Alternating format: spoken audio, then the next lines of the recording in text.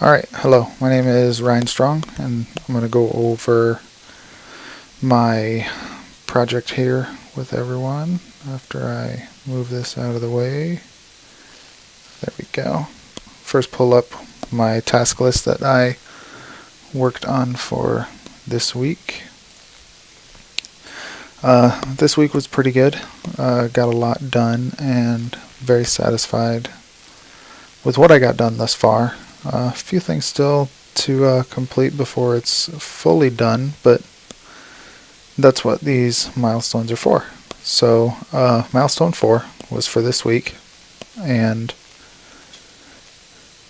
what I did was I had a couple tasks in here. One main task that I needed to push to next week, and the reason for that is I didn't want to start on something and not be able to finish it, and since next milestone is 2 weeks long, it gives me a lot more time to function with it and mess around with it. So my main points for this week were the minecart movement. Minecarts have to be in the game and be able to follow a track of some sort to a point, and I'll explain that when I demonstrate it. And then the minecart moves in the forward direction basically.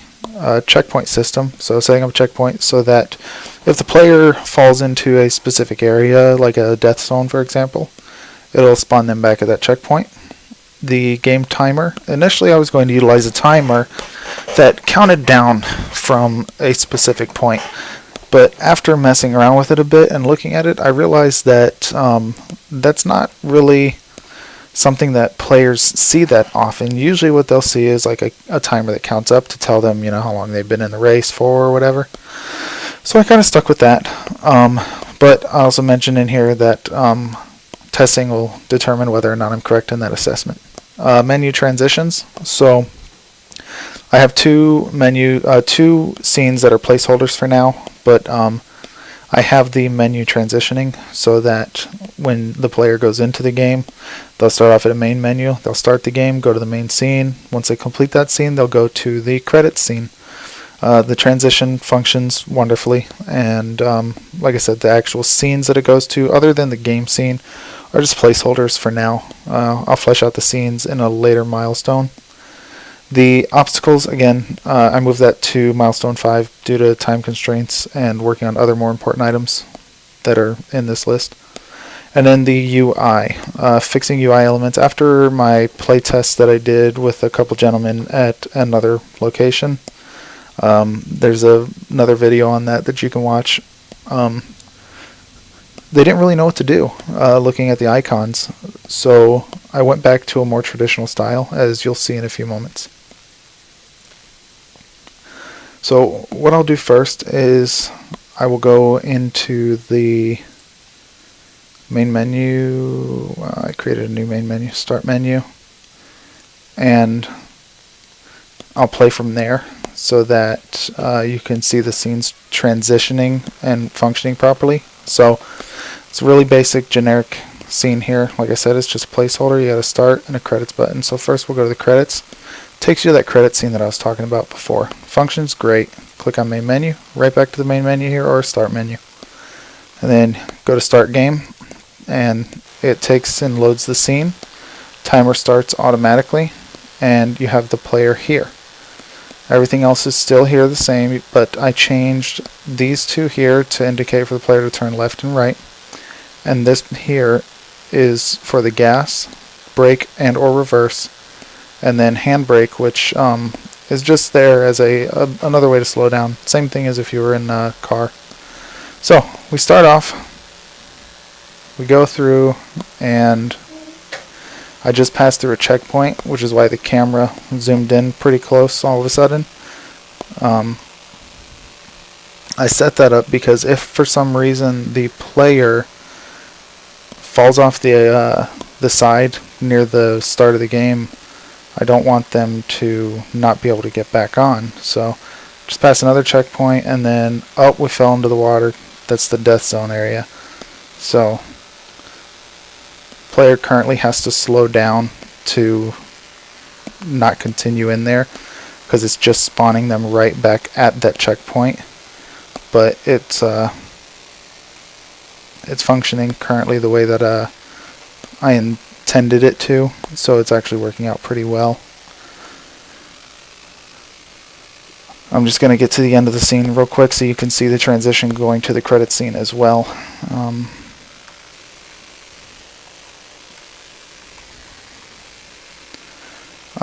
Haven't done too much with the terrain yet because that wasn't really a part of my task that I was doing, but I did go through and smooth out a little bit of it. Oh, that was close. As you can see on the side there, that's a little bit more smooth, so it's more area for a player to kind of fall, and they'd have to complete that whole thing again because the checkpoints, the way they're set up, is I had them set up at the beginning of each bridge. So there's a couple of longer areas that, if they're not careful, then they could really screw themselves over when playing the game. So, and I really like that idea. Coming up on another checkpoint here. Go across the bridge, and that's the last checkpoint for the game, because you're coming up on the finish. Whoa, wrecked. Going too fast. And that's another thing I like for the players. They really need to pay attention to their speed on some of the areas. So when I add those obstacles, they're gonna have to really watch what they're doing, because they could wreck quite a bit if they're not careful. And then we come up here, come around, and the finish is just up here. It doesn't look like anything. There's nothing to indicate other than they're gonna drive through it. It looks like they're gonna drive through a wall, but then now you're at the credit scene. And then again, like I said, you go back to the main menu. So we'll start with this scene here, because this is the one that I have done most recently, or this is one of my tasks for myself. So what we have here is a basic canvas that I placed an image on, and all I did was color the image this grayish color for now, because it's a placeholder. And then I have the text right below it, which is this coal mine escape text there. I centered it in the middle of the screen here, and then I also centered it inside the box. I made the box a little bit bigger so that everything fit in there pretty good, and I stretched it all out. Then you have the two buttons. So the buttons both have their text on, which is start and credits for the other one. But they also have this here, this game manager script, which is, the game manager icon, game object, sorry, which has a game manager script on it, which we will go ahead and open up so I can explain to you the transition for the scenes for that part as well. It takes just a moment to open up because I am still currently using MonoDevelop. Alright, so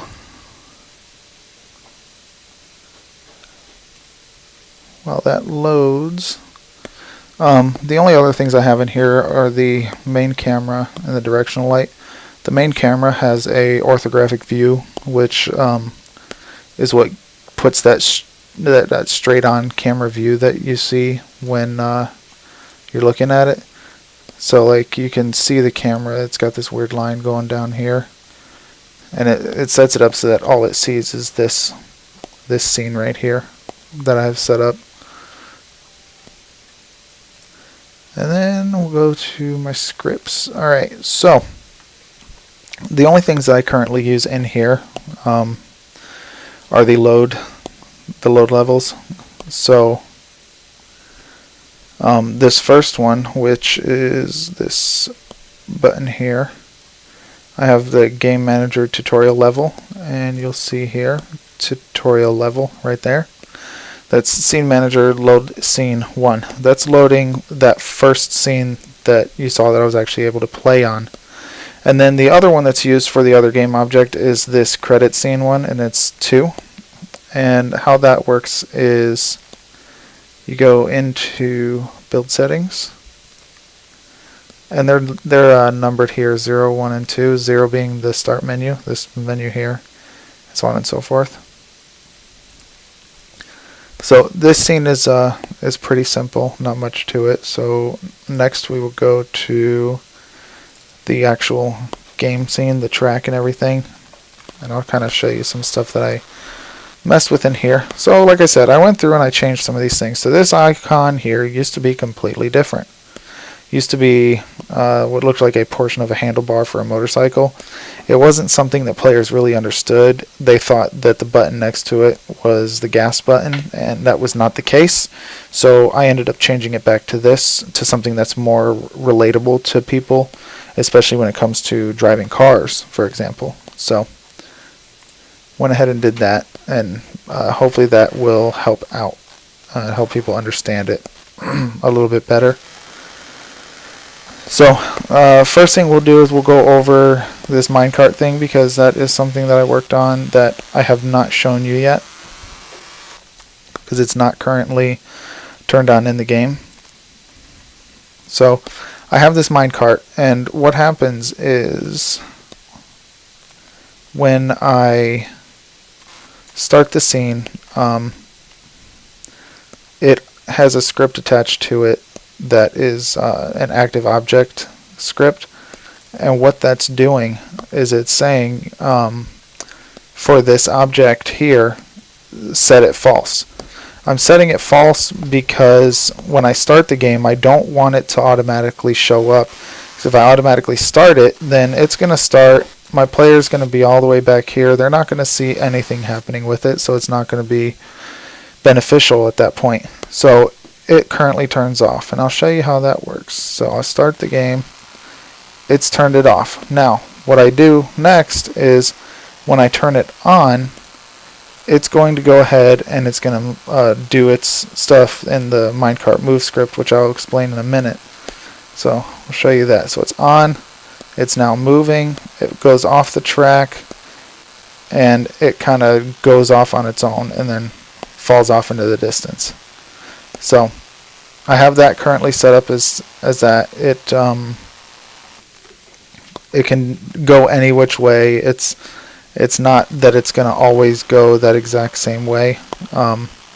Just depends on how it falls and which way it goes, because you can see it kind of fell and turned to that side and went a different way. So works out good. It gives players something different to see each time when they get to it. The ultimate plan is to most likely, initially I was going to put that with a timer, but for that I'm thinking that it might look better if I instead put a collider at a specific point in here, that a trigger volume, that when the player goes through that trigger, it turns that object back on, and then it'll go off, as well as a couple other really cool effects that we're looking at.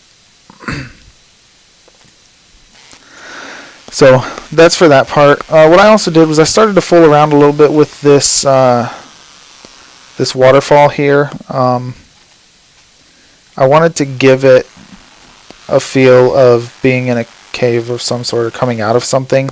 So I started to gradually put some rocks and stuff around, and I still have more work to do with it, but that's kind of the start of my waterfall. Then I also went through and I added this water here. I think the water gives a much better feel than the initial thing that I had set up. And the waterfall actually is set up to where when it's going, not necessarily that the player's going to see it, but they could, especially if they wreck. It's got that nice mist effect that goes off into the water. So let's go back to the task list to make sure I actually hit the main point. So minecart, good. Alright, I still need to talk to you real quick about that actual minecart though. The minecart actually working. So let me click on that. Now we have this minecart move script that I created. So what it is the move speed here is a public variable, and I just set it to 0 in here because I'm actually inside the inspector putting my numbers in. And all I gave it was transform.translate of a vector3 right, because if I do forward with the way it's set up in the game object, forward makes it look like it's writing sideways as opposed to forward. So I gave it a dot right, which allows it to move forward, and it's based off of time.delta time and move speed. Move speed being this variable here that's put in via the inspector. So like I said, I used 8 because I felt that that was a good speed. I've tested out many different times. I did 20, which kind of launched it off. I did a 5, which was just too sluggish. And I just kind of did a 10. That was still a little bit too fast, and I found that 8 ended up being a really good time. So I went with that. So these checkpoints. So first checkpoint I have for checkpoint 1 is actually here. But the very first checkpoint that the player sees are these two here. The reason I have them set up as such is because I don't know if the player is going to start out and be like, well, I want to back up and turn immediately to the left. And if they do that, there's this checkpoint here that will allow them to, go through, and then they can do whatever they want. They can fall through the water and hit that death zone, and they'll continue on the checkpoint. They'll go right back to it. So it'll work out in the end for everybody, so that they don't just get kind of stuck down there like they did before. I have 5 total checkpoints set up. So like I said, I have each of the bridges has one. So the first one being right here at this bridge. The next one is right at the beginning of the next bridge over here. And then the third one just before this bridge here. All they are is a box collider with the trigger volume turned on. And then you go to the checkpoints script, and what I have set up is for on trigger enter, I turned on, it's a collider with a label of play, PLA. And I say if play.tag equals player, which I'll show you in a minute, then get component player for checkpoints, which is this script here. Grabbing check pause will equal transform.position. So if player for checkpoints, the only thing I have in there is a vector3 check pause, which will help to get that checkpoint. And then I also did a print just to make sure it was functioning properly when I was doing stuff of checkpoint hit, which shows up in my console later on. Not anything that's indicated to the player, so they don't have to worry about it. The next thing I did was this death zone. This death zone is a very important thing because that's what allows the player to go back to that checkpoint. So it's got a lot of the same things, collider, pdead, player dead, that's what I called it. So .tag equals player, and then pdead.transform.position equals the get component of player for checkpoints. Again, that script up here, check pause. So getting that actual position, and it's going to instantiate them back to that position. This lower portion here is something that I'm fooling around with right now, trying to get to function properly, and it's just saying that my bike control script, I want the acceleration to equal 0. It's currently not doing exactly what I need it to yet, so that's something I'm still fleshing out. I don't want the player to still be moving forward once they go through that death zone and they spawn into the checkpoint. So next I will show you the death zones real quick. So I have all these death zones right here. They are just empty cubes initially that I set up. If I turn them on, it allowed me to see kind of where I was placing them. I have a few that don't look like they're turned on, and I might have to manipulate them a little bit because it looks like they might be under, they should just be under this water here. Yeah, okay, so they're still good. And what it is, I did that so I could see exactly where I was placing them, and I would know that I wasn't colliding with like the track here, which would then call that script to put them back at a checkpoint when that's not what we needed.